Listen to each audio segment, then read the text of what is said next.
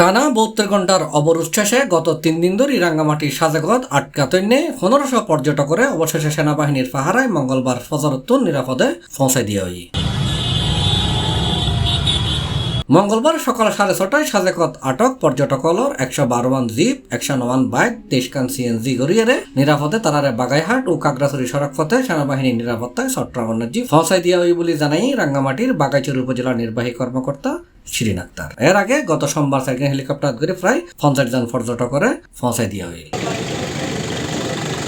ইন্দি যে কোনো রকমের অনাকাঙ্ক্ষিত পরিস্থিতি এড়াইবেলায় আগামী 3 দিন রাঙ্গামাটির সাজেকত পর্যটন কেন্দ্র বন্ধ ঘোষণা করা হয়। বন্দরে 3 দিন হন পর্যটক সাজেকত জি আইত না পারিব। আর অবরোধ চলাকালে সাজেকত আটকা পড়েননে এসব পর্যটক হল নিরাপত্তায় নিয়োজিত আছিল বাগাইহাট সেনাজুনুর সদস্য হল। একই সাথে বাগাইহাট সেনাজুনুর তত্ত্বাবধানে সাজেকত আটকা পড়েননে পর্যটক হলর রিসোর্ট বার 50-75 ভাগ সময় আনা হয়।